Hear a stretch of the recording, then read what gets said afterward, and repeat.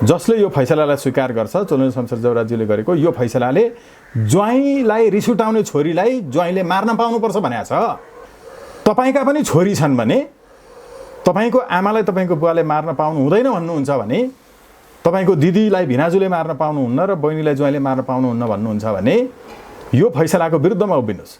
सबै बुवा आमाहरू संसारमा जति छन्, खास गरिकन छोरीका बुवा आमाहरू, बुहारीका सासू ससुराहरू, बुहारी पनि छोरी नै हो, यो सबैले यो फैसलाको विरुद्ध उभिनुपर्छ। किनकि ज्वाइँले रिस उठायो भने, छोराले बुहारीलाई रिस उठायो भने छोराले चाहिँ मार्न पाउँछ भन्ने कुरो चाहिँ यहाँ लेखियो नि त देखि। यो पेसै छोडिन्छ, बरु केही फरक पर्दैन। घरमा गएर तपाईँको चाहिँ खेती छ, मजाले पुग्छ, धान बेचेर गरौँला, तर यो कष्ट उठाइन्छ। यस कारण वारदात मृतककै कारण, गीताकै कारण मारिएको, किनभने गीताले रिस उठाइन् भनेको छ के। जस्तो चोलेन्द्र शमशेरको फैसलाले चाहिँ गीताले लास्टै रिस उठाइन्, मानव मार्नै पर्ने गरी रिस उठाइन्, त्यही भएर झोकमा रञ्जनले मारे। त्योभन्दा अब 8 वर्ष बसिसके, एक झोकमा त्यहाँभन्दा बढी बस्नु चाहिँ ठिक नहुने चित्त चोलेन्द्र शमशेरलाई लागेको छ होइन। त्यहाँको फैसला अनुसार को अन्तिम टुङ्गो नलागुन्जेलसम्म कम्तीमा प्रधान न्यायाधीशको चाहिँ दबाब, प्रभाव, नियत, संलग्नता परोक्ष प्रत्यक्ष सबै रूपमा हरेक मुद्दाहरूमा सर्वोच्च अदालतमा हुने भएकोले उहाँले तत्कालैदेखि आफ्नो दैनिक कार्य सम्पादनको जिम्मेवारी छोड्नुपर्छ। अहिले उहाँलाई तत्कालै तपाईँको चाहिँ पक्राउ गरेर भित्र राख्नै पर्छ। रञ्जन कोइरालाजीलाई स्वतन्त्र राष्ट्रिय अभियान नेपालका संयोजक अधिवक्ता स्वागत नेपाल हामीसँग हुनुहुन्छ। सर, यहाँलाई स्वागत छ। धेरै धन्यवाद। एउटा विषय यहाँले खास गरी प्रमुखताका साथ उठाइरहनु भएको छ, रञ्जन कोइरालाको प्रकरण र प्रधान न्यायाधीशले गरेको फैसला। त्यस उप आज पनि एउटा फैसला त गर्यो, सर्वोच्चले 3 जना न्यायाधीशहरू सम्मिलित हुनुहुन्थ्यो। त्यो चाहिँ के हो? अब निशा दियो रे भन्ने सुन्यो हामीले, यो भने के हो कानुनी भाषामा? हजुर, के भयो आजको फैसलाले चाहिँ के भन्छ त्यसमा? यो आज सर्वोच्च अदालतबाट भएको आदेश हो। यो आदेशमा निशा प्रदान गरियो भन्ने, अब जनसामान्यमा गयो त्यो निशा भनेको चाहिँ के हो भने, योभन्दा पहिला अन्तिम भइसकेको सर्वोच्च अदालतबाट, अब अरू केसमा नजाउँ, सैद्धान्तिक होइन, व्यावहारिक रूपमा सर्वोच्चसम्म आइसकेर भएपछि फैसला अन्तिम भयो। तर अन्तिमै हुँदा पनि होइन है, त्यहाँ चाहिँ गम्भीर त्रुटि छ, सैद्धान्तिक त्रुटि छ, कानुनी त्रुटि छ, कार्यविधिगत त्रुटि छ। यो त्रुटि भएको हुनाले र त्यहाँ मनसाय पनि इन्भल्भ छ, गलत मनसायका साथ यो फैसला चाहिँ वास्तवमा मर्कानै पर्ने गरिकन गरियो भन्ने लाग्छ भने लगायतका अरू पनि कारण हुन्छ नि। मैले यो केसको सन्दर्भमा मात्रै भन्दैछु। यो अन्तिम मान्न सकिँदैन योभन्दा अगाडिको, किनकि यहाँ अघि भने जस्तो गम्भीर त्रुटि छ र देखि प्राइमा फेसी भन्छ, प्रथम दृष्टिमै त्यो चाहिँ गलत फैसला भएको छ, त्यसलाई उल्टाउनुपर्छ भनेर भन्ने लाग्यो पीडित पक्षलाई, अर्को पक्षलाई पनि।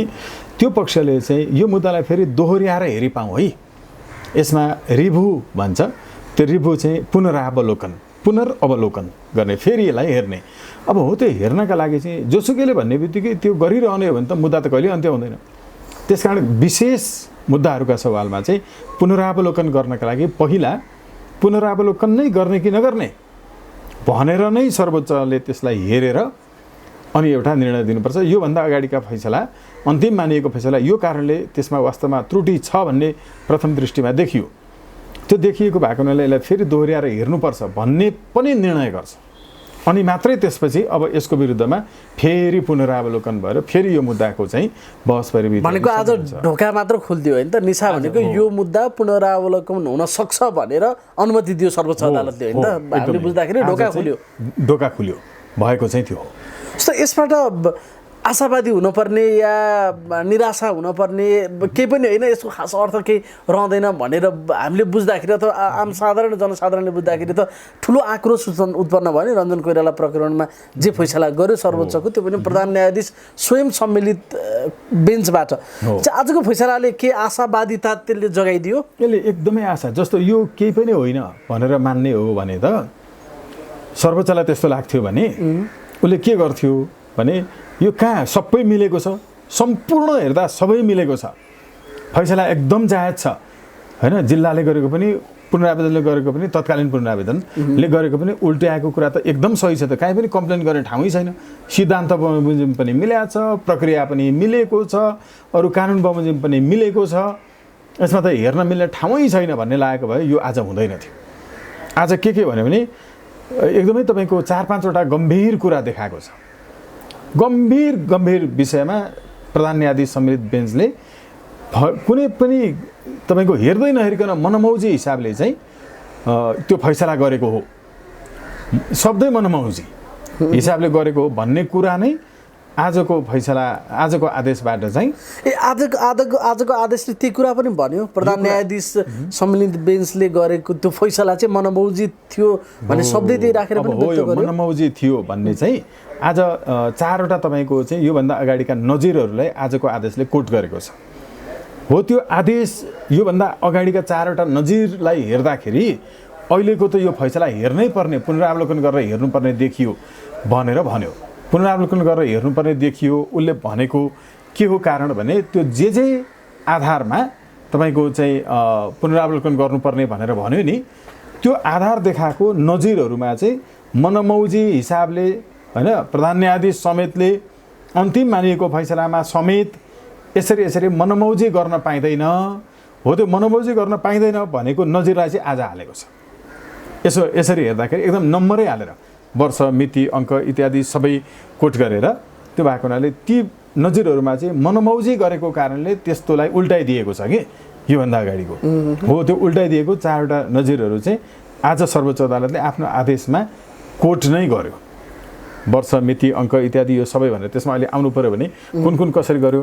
आजको आदेशै यो आदेशको प्रति हो। आजको आदेशको प्रति पनि तपाईँसँग छ। त्यसमा भएका केही महत्त्वपूर्ण कुराहरू चाहिँ जस्तो हामीले त ढोका मात्र खोल्यो, अब पुनरावलोकन मात्र हुन्छ मात्र भनेन, यसले यस कारणले चाहिँ गर्न जरुरी छ भन्ने कुरा पनि केही सङ्केतकहरू दियो होइन आज यसले।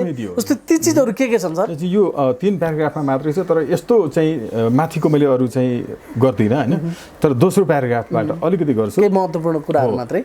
विषयमा प्रतिवादी रञ्जन कोइरालाले मौकामा साबित भई आज यो तपाईँको चाहिँ पूर्ण इजलासबाट बमकुमार श्रेष्ठ श्रीमान, त्यसै गरी प्रकाश कुमार ढुङ्गाना श्रीमान र कुमार रेग्मी श्रीमानबाट भएको छ। यसमा कोइरालाले मौकामा साबित भई अदालतमा बयान गर्दा आरोपित कसुरलाई इन्कार गरी आफ्नो बेहोरा लेखाएको पाइयो। इन्कार गरेको छ अदालतमा आएर चाहिँ, तर प्रहरीमा चाहिँ स्वीकार गरेको थियो। प्रस्तुत वारदात हेर्दा प्रतिवादी रञ्जन कोइरालाले घटना घटाउँदा र घटना घटेपछि मृतकको लास लुकाउन गरेको क्रियाकलापबाट घटित वारदातलाई सामान्य अवस्थाको वारदात भन्न मिल्ने भवितव्य हो कि भन्न मिल्ने अवस्था देखिँदैन। तर चोलन शमशेरले के भन्नुभएको थियो भने योभन्दा अगाडिको फैसलामा यो चाहिँ तपाईँको एकदमै तत्काल उठेको रिसबाट अनि प्रतिवादीले चाहिँ वास्तवमा वादीलाई मारेको देखिन्छ। त्यो हो भने तत्काल रिस उठ्यो भने त्यही रिसको आवेशमा आएर मार्दाखेरि चाहिँ त्यो जो मारियो उसैको कारण मारिएको भन्ने अर्थ छ कि अघिल्लो फैसलामा। हो अघिल्लो फैसलामा। त्यसैले यहाँ के भन्छ भने लुकाउन गरेको क्रियाकलापबाट घटित घटनालाई सामान्य अवस्थाको वारदात भन्न मिल्ने हो कि भनी मान्न मिल्ने अवस्था देखिँदैन। निज प्रतिवादी उप आरोपित कसुर कायम भई जे कसुर छ त्यो कसुर कायम भयो भनेको कसुर चाहिँ प्रमाणित छ र यो चाहिँ सजाय समेत भएकोमा विवाद छैन भन्यो, विवाद देखिएन। निजलाई भएको सजाय चर्को भई सजाय घटी हुने गरी साबिक मुलुकी ऐन अदालती बन्दोबस्तको 188 नम्बर बमोजिम। यो 188 नम्बर भनेको के हो अहिले भन्छ, त्यो 188 नम्बर भनेको चाहिँ चोलन शमशेर देवराज्यूले तत्काल उठेको रिसलाई थाम्न नसकी कसैलाई केही गर्दाखेरि ज्यान मर्यो भने यो चाहिँ आवेश प्रेरित हत्या भन्छ कि। तर 188 मा आवेश प्रेरित भनेकै छैन, 188 मा चाहिँ भवितव्य भनेको छ। भवितव्यमा चाहिँ के हुन्छ भने कोही मान्छे मर्यो भन्ने पनि थाहा हुँदैन। गाडीको चक्कामुनि बच्चा खेल्दै आएको रहेछ, गाडी अगाडि बढाउँदाखेरि त्यो किचेर मरेको रहेछ भने नि त्यो मर्यो भन्ने थाहा हुँदैन कि। हेर्नु त्यो चाहिँ भवितव्य हो भनेको आवेश जन्ने र भवितव्यको फरक छ। हो आवेश भनेर भनियो तर त्यसको व्याख्या भवितव्यसँग गएर गरियो। अहिले त चल्दै नचलेको कारण अहिले त छँदै छैन, त्यो पनि साबिकको टेकेर गरिरहेको छ। त्यो हामीले बुझ्यौँ, जनताले बुझिरहनु भएको छ। अब यसमा हेर्नु त त्यो चोलन शमशेर देवराज्यूले के भन्नुभएको छ भने त्यो फैसला चाहिँ तपाईँको धेरै धेरै लामो छ होइन। त्यो फैसला आएको चाहिँ म अन्तिम अलिकति सुनाउँछु है त। सबभन्दा अन्तिम तपाईँको चाहिँ यो 28 पेजमा उहाँले के लेख्नु भएको छ भने पनि जरुरी भयो भने मैले चाहिँ उ गर्न सक्छु होइन, जे होस्। यसमा उहाँले के लेख्नु भएको छ भने यहाँनिर देखिन्छ वारदात हुँदाको पृष्ठभूमि सहितको अवस्था र परिस्थितिलाई हेर्दा वारदात मृतककै कारण गीताकै कारण मारिएको, किनभने गीताले रिस उठाइन् भनेको छ कि। हेर्नु, वारदात मृतककै कारण र जरियाबाट प्रतिवादी आवेशमा आई उठेको रिसबाट भएको भन्ने सम्मको अवस्था देखिनुको साथै यो कारणले उहाँले के भन्नु भने तत्काल उठेको रिसको कारणले चाहिँ अब गीतालाई उनले हानेको कारणले वा भित्तामा ठोक्काइदिएको कारणले उनको मृत्यु भएको हो। यो चाहिँ आवेश प्रेरित हत्या हो भने। तर 188 मुलुकी ऐनको उहाँले 188 भन्नुभएको छ होइन। यो मुलुकी ऐनको 188 है उहाँले भनेको। यो मुलुकी ऐनको 188 ले चाहिँ के भन्छ भने सर्वस्व सहित जन्मकैद वा जन्मकैद गर्नुपर्ने भएका मुद्दामा साबित ठहरे पनि स्वीकार गर्यो भने पनि भनेको इन्साफ गर्ने हाकिमका चित्तले भवितव्य हो कि भन्न हुने सम्मको शङ्काले, अब भवितव्य हो कि भन्ने मुद्दामा मात्रै यो लागू हुने हो, आवेश प्रेरितमा होइन। चोलेन्द्र शमशेर जौहराजीले के भन्नुभयो, यो भवितव्यले होइन है, यो आवेशले हो भन्नुभयो कि। त्यसैले यो फैसलामा आवेश भनियो। अनि त्यो आवेश भनिएको कारणले 188 बमोजिम उहाँले घटाउनु भयो। तर 188 बमोजिम चाहिँ आवेश प्रेरित हुँदैन है। 188 त भवितव्य हो कि भन्ने लाग्यो भने यहाँ भनेको त्यही हो, भवितव्य हो कि भन्ने लाग्यो भने उनको चित्तमा। अब चित्त चाहिँ शिवशक्ति आचार्यलाई चित्तले जे पनि लाग्न पाउँछ, तर प्रधान न्यायाधीशको चित्तमा जे पनि लाग्न पाउँदैन। प्रधान न्यायाधीशको चित्त चाहिँ कानुन बमोजिम लाग्नुपर्छ। प्रधान न्यायाधीशको चित्तले देख्ने कुरा चाहिँ सिद्धान्त बमोजिम देख्नुपर्छ। हेर्नु, प्रधान न्यायाधीशको चित्तले देख्ने कुरा चाहिँ कानुन बमोजिम बाहेकको चित्तले देख्न पाइँदैन। अब हो त्यो कानुन बमोजिम देख्ने के हो, 188 बमोजिम देख्नुपर्ने चित्त चाहिँ भवितव्यमा मात्रै हो कि आवेश प्रेरितमा होइन। त्यहाँ जस्तो चोलेन्द्र शमशेरको फैसलाले चाहिँ गीताले लास्टै रिस उठाइन्, मानव मार्नै पर्ने गरी रिस उठाइन्। त्यही भएर झोकमा रञ्जनले मारे। त्योभन्दा अब 8 वर्ष बसिसके, एक झोकमा त्यहाँभन्दा बढी बस्नु चाहिँ ठिक नहुने चित्त चोलेन्द्र शमशेरलाई लागेछ होइन त्यहाँको फैसला अनुसार। र आजको फैसलाले त्यसलाई परस्पर विरोधी काट्यो, त्यस्तो चाहिँ देखिएन पनि भनेछ आज होइन सर। म यसैले भन्दैछु, यस कारणले एकदम सही ठाउँमा हुनुहुन्छ तपाईँले भन्नुभएको। त्यसैले 188 नम्बर बमोजिम लगाएको, यो लगाएको राय सम्बन्धमा जे राय लगाए होइन, हाम्रो चाहिँ यो चाहिँ पशु शमशेर भन्न आउँछ, चोलेन्द्र शमशेर 7 सालतिरै सम्झिन्छ कि हाम्रो चाहिँ मोहन शमशेरको नातिज्यूलाई। अब उतातर्फ त नजाउँ, तर यो चाहिँ यो लगाएको सम्बन्धमा यसअघि अदालतबाट शान्ति विक विरुद्ध नेपाल सरकार नेकपा 2061 अङ्क 6 निर्णय नम्बर 73/99, नेपाल सरकार विरुद्ध जुगत शमशेर यो नेकपा 2063 अङ्क 8 निर्णय नम्बर चाहिँ 75/52 र अर्को एउटा मुद्दा छ शेरबहादुर बस्नेत समेत विरुद्ध यो 2071 सालको 9136 नम्बरको केदार माझी विरुद्ध नेपाल सरकार भन्ने, र अर्को एउटा छ तपाईँको चाहिँ 2074 को अङ्क 7 को निर्णय नम्बर 9836 हो।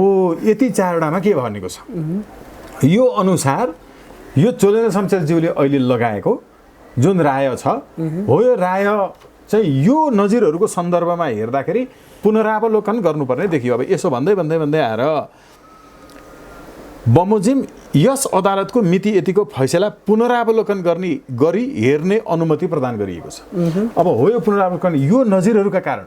अब यो नजिरले चाहिँ के भन्छ त, यो नजिरहरूले भनेको के हो, यी नजिरहरू चाहिँ तपाईँको अहिले मैले जुन भने नि, यो नजिरहरूले भनेको चाहिँ फेरि यस्तो तपाईँको चाहिँ इन्ट्रेस्टिङली यसले भनेको छ। यो मध्ये अघि भनेको मध्येमा हामीले जुन भन्यौँ एउटा नजिर यो कार्तिक अङ्कको होइन, यसमा जगदीश शर्मा पौडेलज्यू, ईश्वर प्रसाद खतिवडाज्यू र डाक्टर आनन्द मोहन भट्टराईज्यूले गर्नुभएको यो भनेको चाहिँ तपाईँको कमर सिंह माझीको जारीले नेपाल सरकार भएको मुद्दा हो। यो मुद्दामा चाहिँ कर्तव्य जानकै हो। यसले कसरी एकदम स्पष्टसँग भनेको छ भने कस्तो प्रकृतिको वारदातलाई भवितव्य मान्नुपर्ने हो त भन्ने सन्दर्भमा मुलुकी ऐनको ज्यान सम्बन्धी महलको 5 नम्बरमा भनेको छ। यो 5 नम्बरमा भनेको चाहिँ के हो भने भवितव्यमा चाहिँ ज्यान मर्यो भन्ने पनि थाहा नहुने गरिकन हुन्छ है भनेर भनेको छ। तर यहाँ चाहिँ ज्यान मरेको थाहा भयो अरे त्यसपछि चाहिँ अनि लगेको छ ज्यानलाई तपाईँको चाहिँ गायब गर्न त्यो सबलाई इत्यादि। यस कारणले यो मुद्दामा के भएको छ, यस्तै प्रकृतिको त्यो घटना हामीले नजिरको रूपमा अहिले हेर्दैछौँ होइन त? हो, नजिरको रूपमा यो अहिले भनेको यसमा मिलेन। यसमा के भन्नु छ भने मृतक मरिसकेपछि पनि लासमाथि चाहिँ उसले खेलेको छ। हेर्नु यो मुद्दामा त्यो आएको छ, मरिसकेको लासलाई उसले प्रयोग गरेको छ र यसैलाई चाहिँ आवेश प्रेरित भनेर भनेको छ। अनि यसमा सजाय घटाएको छ। सजाय घटाउँदा पुनरावलोकन गरेर सर्वोच्चले के भनेको छ भने नो, यस्तो हुन सक्दैन। यो चाहिँ उसले लास भइसकेको लासलाई काटेको पनि छ कि यसमा पनि छुरा हानेको छ यो मुद्दामा। हो, यसमा चाहिँ सजाय घटाउन मिल्दैन भनेर सर्वोच्चले बोलेको छ। अब यस्तै अघि मैले भने तपाईँको अर्को एउटा मुद्दा जुन चाहिँ यसले चाहिँ तपाईँको उल्लेख गरेको छ 2071 सालको असारको मुद्दामा, यसमा के भएको छ भने यो सजाय निर्धारण गर्ने कुरा चाहिँ प्रक्रियासँग मात्रै छैन, यो विधिसँग सम्बन्धित हो। विधि भनेको के हो? चित्तमा लाग्न पाउने, चित्तमा लागेर मात्रै हुँदैन, चित्तमा के लाग्नुपर्छ, चित्तमा कसरी यो चाहिँ भवितव्य हो कि होइन भने चित्तमा चाहिँ यस्तो लाग्यो कि बालबालिका चाहिँ सन्तान चाहिँ नाबालक छन् भन्ने चित्तमा लागेर हुन्छ, 18 वर्ष कटेपछि चित्तमा लागेर हुन्छ, यस्तो लाग्न पाउँदैन भन्छ अर्को नजिरले। हेर्नु अर्को नजिरले चित्तमा जे मन लाग्यो त्यही न्यायाधीशले लाग्न पाउँदैन, त्यो विधि बमोजिम, सिद्धान्त बमोजिम, पूर्ण रूपेण कानुनको मकसद बमोजिम, अनि चाहिँ संसदले बनाएको विधायकी मनसाय के हो त्यो बमोजिमको चित्तमा लाग्नुपर्छ। 20 वर्ष भइसकेको छोराछोरीलाई नाबालक छन् त्यही भएर बाउलाई चाहिँ उसबाट छोड्नुपर्छ, आमा मार्ने बाउलाई भन्ने चित्तमा लाग्न पाउँदैन भन्ने कुरा चाहिँ यसले भनेको छ। यो अर्को नजिरले हेर्नु हो, त्यही कुरालाई यसमा राखेको नजिर हेर्नुपर्छ भन्यो र हामीले अहिले नजिर हेर्दाखेरि चाहिँ त्यसले छोडेन्द्र शमशेरको इजलासले जे गर्यो फैसला त्यसलाई काट्यो होइन त? त्यो नजिर हेर्दाखेरि चाहिँ उनीहरूले जे फैसला गरे त्यो परस्पर विरोधी देखियो। हो, एकदमै। आज त्यो अर्को पनि छ तपाईँको यसमा आएको होइन, यो चाहिँ त्यो मङ्सिरको 2063 सालको, यसमा पनि यस्तै छ कि एउटा कुरा के भन्छ भने सजाय घटाउँदा 188 नै यस्तो राम्रोसँग यसले भनेको छ। मलाई लाग्छ यो चाहिँ जानकारी हुनुपर्छ पब्लिकका लागि पनि, यो चाहिँ होइन इम्पोर्टेन्ट हुन्छ होला जस्तो लाग्छ। यसले के भन्छ भने हदैसम्म सजाय गर्दा वा हदैसम्म सजाय नगरी आधा वा कम सजाय गर्दा किन हदैसम्म सजाय गरेको वा किन हदैसम्म सजाय नगरी आधा वा कम सजाय गरिएको हो भन्ने आधार कारणले समर्थन गर्नुपर्छ है। सजाय किन घटाएको भन्ने कुराको आधार देखाउनुपर्छ भन्छ उहाँले। आधार के देखाउनु पर्छ? छोराछोरी साना छन् इत्यादि। अब 188 नम्बर उहाँले भन्नुभएको छ, 188 नम्बर बमोजिम सजाय घटाउँदा वा नघटाई हदैसम्मको सजाय चुक्दा किन हदैसम्मको सजाय गर्न परेको हो? कारण बिना परम्परागत कैद तोक्ने वा घटाउने प्रणालीको अन्त्य गरी आधार अपराध गर्दाको परिस्थिति, तयारी, षड्यन्त्र, योजना, अभियुक्तको आपराधिक अभिलेख। अब यहाँ के भने यसले अपराध गर्दाको परिस्थिति, तयार के छ? चाइनाबाट यही गर्न भनेर आएको छ। हेर्नु है, लगायत अभियुक्तको सजगता, यहाँ सजगता अपनाइएको छ किनकि लास लुकाउने प्रयत्न गरेको छ, यो छ भनेको छैन। त्यहीँनिर यो दिन यस्तो भयो होइन, मलाई चाहिँ रिस उठ्यो वा हामी बिचमा चाहिँ यस्तो झगडा भयो, मैले चाहिँ भित्तामा ठेल्दिएँ वा आफै ठोकियो अनि यस्तो भयो है भनेर कसैलाई सुनाएको छैन, बरु छोराहरूलाई अर्को ठाउँमा लिएर गएको छ। यी लगायतका कारणहरू भएकोले अपराध गरी अपराध हो कि होइन, कतिको निर्ममतापूर्वक अपराध भएको हो, अपराध प्रयोग गर्दाखेरि प्रयोग भएको हात हतियार, साधन एवं उपकरण, अभियुक्तको उमेर, चरित्र, पीडितलाई पुगेको क्षति, पीडितको परिवारलाई पुगेको क्षति यो अपूरणीय हो आदि विभिन्न कुराहरूलाई ध्यानमा राखेर अभियुक्तले अब पुनः अपराध गर्ने आँट र गल्ती नदोहोर्याउने भनी अपराध माफीको उचित कैद सजाय तोक्नुपर्ने। अब मैले यस्तो गर्दिनँ गरिहालेँ भनेको छैन हो। यही कुरा चाहिँ तपाईँको गिल्टी माइन्डले गर्ने जान सम्बन्धी अपराधसँग सम्बन्धित जुन विषय छ हो, यो सबै कुरा हेर्दाखेरि निकै लामो छ है, यो म तलसम्म गइनँ। यसको सारांशमा जाउँ न। अब यसको चाहिँ जम्माजम्मी के हुन्छ भने 188 ले भनेको चाहिँ यो हो। पहिलो कुरा त अघि भनिहालेँ, उहाँले भन्नुभएको छ आवेशमा आएर गरेको छोडेन्द्र शमशेर राणाज्यूले, तर 188 ले आवेश भन्दैन है, भवितव्य हो कि भन्ने लाग्यो भने मात्रै यो घटाउन मिल्छ। त्यसैले काटिहाल्यो। यति मात्रै। आवेशमा आएर मान्छे मार्यो भनेदेखि त्यसले चाहिँ सजाय घटाउन मिल्ने कानुनी व्यवस्था नै छैन हामीसँग। यदि भवितव्य भयो भने मात्रै, फेरि उहाँले नै यो भवितव्य हो भन्ने कुरालाई टिक्नु भएको छैन। अनि एउटा त त्यही कुरा काटिहाल्यो। फैसलामै तपाईँको आवेश प्रेरित हो भन्नुभयो, आवेश प्रेरित त अर्कै छ। फेरि अर्को टर्म एन्ड कन्डिसनहरू जे तपाईँले भन्नुभयो नि, यसो हुनुपर्ने, फेरि गर्दिनँ भन्ने, लाग्नुपर्ने, तयारी लगायतका जे कुराहरू भन्नुभयो, त्यो त केही पनि यो किस्मत देखिँदैन। फेरि आवेश उसले स्वीकारेकै छैन। आवेश प्रेरित हुने बित्तिकै के हुनु पर्यो भने नि, त्यो मान्छेले आवेशमा केही गरिहाल्यो भने के गर्छ, उसले के गर्छ भने मैले आवेशमा आएर गरिहालेँ, अब चाहिँ यस्तो म गर्दिनँ भनेको हुनुपर्ने भनेर अघि भने नि, त्यो त भनेको छैन त। उहाँले आवेशमा आएर हो पनि भनेको छैन रञ्जन कोइरालाले। त्यो चाहिँ आफैलाई लागेको छ नि त। चोलेन्द्र शमशेरज्यू आफैलाई लाग्यो कि रञ्जनजीले आवेशमा आएर मार्नुभयो। त्यो स्वयं रञ्जनले पनि कति स्वीकारेको छैन। मैले आवेशमा आएर मागेँ, माफी पाऊँ, त्यस्तो मेरो इन्टेन्सनै थिएन, नहुनु भइहाल्यो, अब त्यस्तो गर्दिनँ भनेर उहाँले चाहिँ कहीँ कतै भन्नुभएको छैन कि उहाँको मनोवादले भन्यो त्यो कि त्यसो गर्नुभयो। अब हो, यो मनोवाद चाहिँ लाग्न पाउँदैन है न्यायाधीशलाई। तपाईँ हाम्रो चित्त जस्तो होइन, न्यायाधीशको चित्त चाहिँ सिद्धान्त बमोजिम, विधि बमोजिम, कानुन बमोजिम मात्रै उहाँको चित्तले सोच्न पाउँछ, देख्न पाउँछ। तपाईँ हामीले चाहिँ पाउँछौँ आफ्नो आफ्नो हिसाबले होइन, उहाँले पाउनुहुन्न। अघिको नजिरहरू त्यही भनेको, न्यायाधीशलाई पनि चित्तले जेसुकै देख्न पाउँदैन। चित्तले देख्दैमा नाबालक हुँदैन नि त 20 वर्षको मान्छे।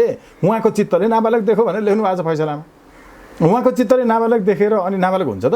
त्यस कारण अदालतभित्र न्यायाधीशको चित्तले कानुन बमोजिम मात्रै देख्नुपर्छ।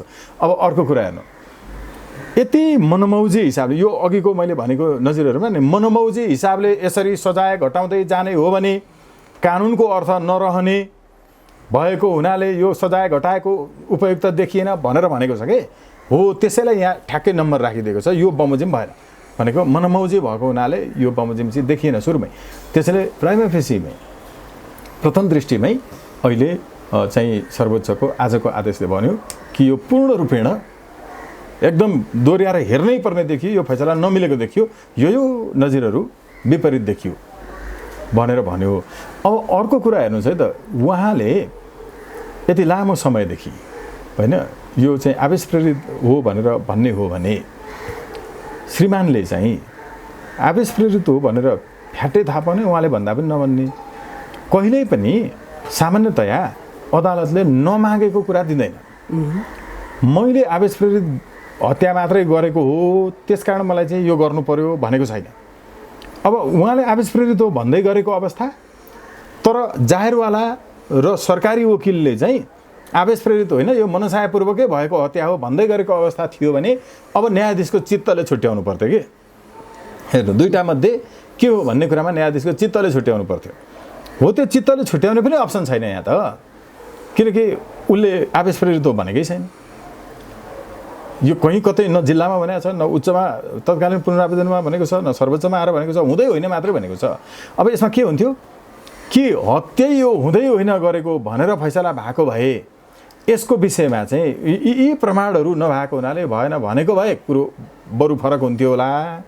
हेर्नु है, तर यहाँ त यस्तो भनियो हत्या चाहिँ भएकै हो भनेर आफै फैसलामा भनियो, हत्या उसैले गरेको हो तर आवेशमा आएर गरेको हो भन्ने चाहिँ श्रीमानलाई लाग्यो, तर जसले हत्या गर्यो उसलाई चाहिँ त्यो लागेको छैन या उसले भनेको छैन। अनि अब हो त मारेकै होइन भनिरहेछ अहिले पनि, मैले हुँदै होइन भनिरहेछ। अब यसले के देखायो, प्रधान न्यायाधीशको कार्यक्षमता माथि ठुलो प्रश्न चिन्ह उठ्यो, प्रधान न्यायाधीशको कानुनलाई बुझ्न सक्ने क्षमतामाथि प्रश्न उठ्यो, प्रधान न्यायाधीशको नियतमाथि प्रश्न उठ्यो, प्रधान न्यायाधीशको अहिलेको सम्पूर्ण रूपमा पदीय दायित्व सम्हाल्न सक्ने वा नसक्ने भन्ने कुरामाथि प्रश्न उठ्यो।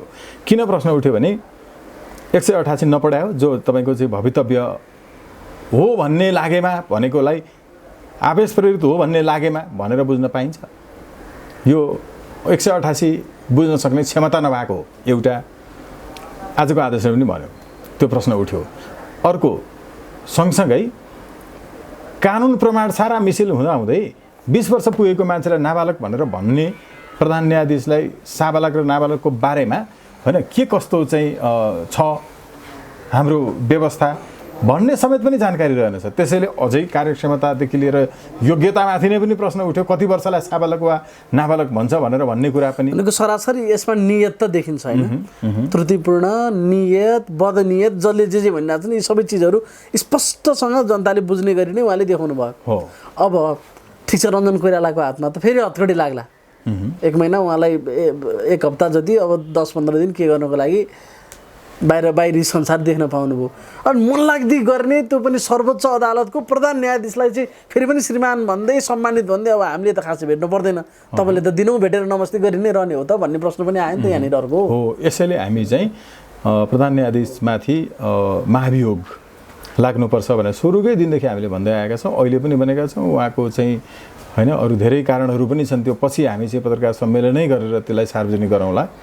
अरू धेरै कारणहरू छन्, तर अहिलेका लागि यो महाभियोगतर्फै जानुपर्छ र यो विषयको अन्तिम टुङ्गो नलागुन्जेलसम्म कम्तीमा प्रधान न्यायाधीशको चाहिँ दबाब, प्रभाव, नियत, संलग्नता परोक्ष प्रत्यक्ष सबै रूपमा हरेक मुद्दाहरूमा सर्वोच्च अदालतमा हुने भएकोले उहाँले तत्कालैदेखि आफ्नो दैनिक कार्य सम्पादनको जिम्मेवारी छोड्नुपर्छ। नैतिकवान सबैभन्दा बढी प्रधान न्यायाधीश हुनुपर्छ। त्यसो भएको हुनाले नैतिकताको हिसाबले उहाँले चाहिँ त्यो छोड्नुपर्छ, नत्र त अब महाभियोग चाहिँ उहाँलाई लाग्नै पर्छ। महाभियोगतर्फ हामी माग पनि गरिरहेका छौँ, यसको प्रक्रियामा पनि छ। भनेको आजको आदेशको सङ्केत चाहिँ पुनरावलोकन हुन्छ भन्ने मात्रै हो कि त्यो पुनरावलोकनबाट रञ्जनजीको बसोबास फेरि दिल्ली बजारमै हुन्छ भन्ने कुराको नि स्पष्ट सङ्केत केही दिएको छ आजको यो आदेशबाट? एकदमै प्रष्ट छ नि। यो अवस्थामा तपाईँको अन्य कुनै कारणले भएको भए त बेग्लै हुन्थ्यो होइन, तर यस पूर्वको फैसला जो अन्तिम भएर बसेको छ, जसमा हत्या भएको हो भन्ने चाहिँ सर्वोच्चले भनेकै छ। पुनरावलोकन गर्नुपर्ने यो नजिरहरूको विरुद्ध यो भएको हुनाले पनि देखियो, त्यसकारण पुनरावलोकन गरेर हेर्नुपर्छ भन्ने हामी आदेश दिन्छौँ भनेर भनियो। यो भएको हुनाले अब तत्कालै उहाँलाई अरू मुद्दाहरू सरह नै होइन भने ठिक छ भनेर भन्ने अरू मुद्दामा पनि त पूर्वपक्षका लागि थुनामा पठाइन्छ। अहिले उहाँलाई तत्कालै तपाईँको चाहिँ पक्राउ गरेर भित्र राख्नै पर्छ रञ्जन कोइरालाजीलाई। तर उहाँ त सफाइ पाएर निक्लिनु भएको छ नि आजसम्म त। भोलि फेरि अब यो रिभ्यू होला, त्यसले फेरि फैसला गर्ला अन्तिम, त्यो होइन पुरानैलाई सदर गर्ला, अस्तिको सर्वोच्च अदालतको फैसलालाई उल्ट्याइदिएला। तर अहिले नै पक्राउ गर्नु त फेरि अर्को सफाइ पाउनु त कुरै छोड्नु न। उहाँहरू आफै प्रहरी हुँदाखेरि के गर्नुहुन्थ्यो? सफाइ पाउने मुद्दा चल्ने त कुरै छोड्नुहोस्, फलानाले चाहिँ यस्तो लागु औषध चाहिँ प्रयोग गरेको हो अरे भन्ने बित्तिकै डाइरेक्ट समातेर ल्याएर अनि त्यो हो कि होइन थाहै छैन, प्रमाण पनि अनि मात्रै सङ्कलन गर्ने, त्यसपछि मात्रै तपाईँको चाहिँ अभियोग पत्र लिएर in front of the bench of the court तपाईँले पनि भन्नुहुन्छ बेला बेला होइन, त्यहाँसम्म पुर्याउने काम गर्दा पनि त थुनेरै गरिन्छ नि त, भित्र राखेर गरिन्छ नि त। नेपाललाई नै पनि स्वागत नेपालले माइतीहरूमा रगत बगाउँछ अरे भन्ने अनुमानको घरमा लगेर 4-5 दिन त राख्यो त अस्ति भर्खर, त्यो धेरै टाढा जानै परेन। अब यसले त चोलन शमशेरज्यूले पनि यो चाहिँ हत्या हो भनेर भनिसक्नु भएको छ। आजकल त झन् हत्या मात्रै हो होइन, अरू धेरै कुराहरू भनिसकेको छ। त्यो भएको हुनाले हत्या त कन्फर्मै हो नि त, सर्वोच्चले भनिसक्यो, मैले होइन चोलन शमशेर राणाज्यूले भन्नुभएको हो, सामान्य प्रधान न्यायाधीशज्यूले। उहाँले पनि चाहिँ अब हो त्यो हत्या चाहिँ हो भन्ने कुरो रञ्जन कोइरालाज्यूले पनि स्वीकार गर्नुभएको छ नि त। किनभने अहिले चोलन शमशेर राणाज्यूले आवेशमा आएर हत्या गरेको भएको हुनाले छोडिदिनु अब चाहिँ भनेको हो नि त, अनि हो त्यसैलाई स्वीकार गरेर उहाँ बाहिर निस्क्या हो नि त। अहिले वास्तवमा यो फैसलाको विरुद्ध पुनरावलोकन त उहाँले जानु पर्थ्यो होला कि। उहाँले किन जानु पर्थ्यो होला भने उहाँले आवेश प्रेरित हत्या भन्नुभयो, मैले त हत्या हुँदै होइन भनेर भनेको छु त भनेर उहाँ पो जानु पर्थ्यो होला त होइन। यहाँ त पीडित पक्ष अझ पीडामा परेको भएको हुनाले र पीडित पक्षका परिवार अझै पनि तपाईँको शान्ति सुरक्षाको खतरा बढेको भएको हुनाले उहाँहरू चाहिँ पुनरावलोकनमा आउनु भएको छ। यो भएको हुनाले अघि तपाईँले भन्नुभयो जस्तो उहाँ सफाइ पाएर निस्केको, त्यस कारण किन अहिले उहाँलाई अन्तिम हुन बाँकी नै छ यो मुद्दा र हत्या हो भन्ने चाहिँ चोलन शमशेर जवराज्यूले नै प्रश्न गरिसक्नु भयो आफ्नो फैसलामा। भनेपछि हत्या हो कि होइन अनुसन्धान मात्रै गर्न त तपाईँको भित्र राखेर पूर्वपक्ष हुन्छ भने यो त हत्या हो प्रमाणित भएन भने भोलि अर्को कुरा हुन्छ, उहाँ फेरि जानु होला अर्को पुनरावलोकनमा होइन। तर त्यस्तो व्यवस्था भनेको उहाँलाई पक्राउ गरेर भित्र हाल्नको लागि चाहे त्यो पूर्वपक्षकै लागि होस्, त्यो चाहिँ आधार पर्याप्त छ। किनभने भोलि फरार हुन सक्ने, भाग्न सक्ने धेरै चिजहरू हुन सक्छ नि त यदि यस्तो फैसला आइसके पछाडि। त्यसमा चाहिँ प्रहरीले सजगता अपनाउनु पर्यो, यो कारणले एकदम जरुरी छ। अब यो मुद्दा रिभ्यू भयो भने यो चाहिँ रिभ्यू भइसके पछाडि त किन लगाउने त महाभियोग फेरि प्रधान न्यायाधीशज्यूलाई? उहाँको फैसला हुने उल्टिने यो कम त एउटा स्वाभाविक प्रक्रिया होइन भने अदालती प्रक्रियाभित्रको 20 वर्षको तपाईँको मान्छेलाई नाबालक भनेर पढेको न्यायाधीश अहिलेसम्म पढ्दा पनि 20 वर्षको मान्छेलाई नाबालक भनेर भन्ने प्रधान न्यायाधीशको योग्यता भयो त? नाबालक र साबालक के हो भन्ने थाहा नपाउने मान्छेको योग्यता पुग्यो त प्रधान न्यायाधीश हुन? हुँदै भएन नि। यो थाहा छ भने उहाँले नियतपूर्वक गर्नुभएको छ कुनै निहित स्वार्थका कारण होइन होला। कुनै तपाईँको चाहिँ अब तपाईँको चाहिँ दसैँ तिहारमा जुवा खेल्ने साथी होला होइन, सँगै तपाईँको चाहिँ देउसी भैलो खेल्न जाने साथी होला, केही होला भनेर अनि 20 वर्षकोलाई नाबालक भन्छ नेपालको कानुनले भन्दा मेरो चाहिँ छोरीले के पढ्छिन्? प्रधान न्यायाधीशले भनेको 20 वर्षको मान्छे नाबालक हुन्छ। होस् नहोस् त्यो फरक पाटो होइन, त्यो कानुनी प्रक्रियाबाट होला। अब सङ्केत दिइसक्यो तर प्रधान न्यायाधीशलाई महाभियोग लगाउन पर्ने अरू नै पाटो भयो त्यो होइन। यो विषय पुनरावलोकन हुँदैमा उहाँ महाभियोगबाट बस्ने भन्ने विषय हुँदैन, उहाँलाई लगाउनै पर्छ भन्ने पनि देखियो। अन्य कारणहरू पनि छन्, धेरै छन् होइन, त्यसमा त हामी जान्छौँ नै। मैले अघि भने त्यसलाई अहिले म उ गर्न चाहन्छु। यसैबाट पनि देखियो कि नेपालको प्रधान न्यायाधीशले 20 वर्ष पुग्दा पनि मान्छे साबालक हुँदैन भन्ने पढ्नु भएको छ, त्यो बुझ्नु भएको छ। उहाँको बुझाइको सीमा त्यो छ। अर्को त उहाँमाथि नैतिक प्रश्न पनि त होला नि। उहाँले सर्वोच्च अदालतको प्रधान न्यायाधीश सम्मिलित बेन्चले गरेको फैसलालाई यी यति धेरै यावत कारणहरूले यो गलत छ भनेर त्यो फैसला उल्टिँदै गर्दा पनि त त्यो कुर्सीका लागि म लायक छु या छैन भन्ने त त्यो नैतिक प्रश्न, त्यो हतियार आफ्नो ठाउँमा जम्मा आएको नैतिक प्रश्न पनि त उहाँमाथि आउला नि। त्यसैले मैले भने त्यो जस्तो महाभियोग जुन संविधानमा व्यवस्था छ नि त्यो हतियार होइन, औषधि हो। हेर्नु है, त्यो त औषधि हो। त्यो त संविधानमा कुनै यस्तो धारा लेखेको हुँदैन जुन धारा प्रयोग नगर्नका लागि लेखिएको होस्।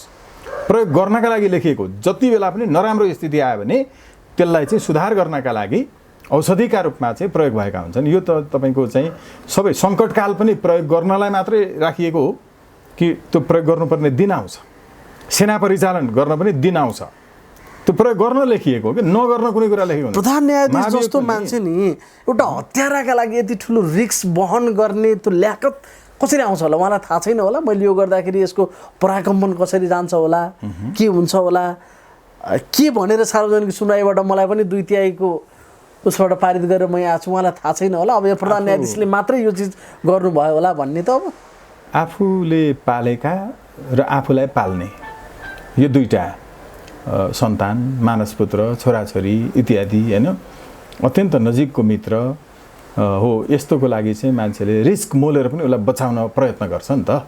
त्यो भएको हुनाले अब यो त्यसैले प्रधान न्यायाधीश भनेको सामान्य मान्छे होइन।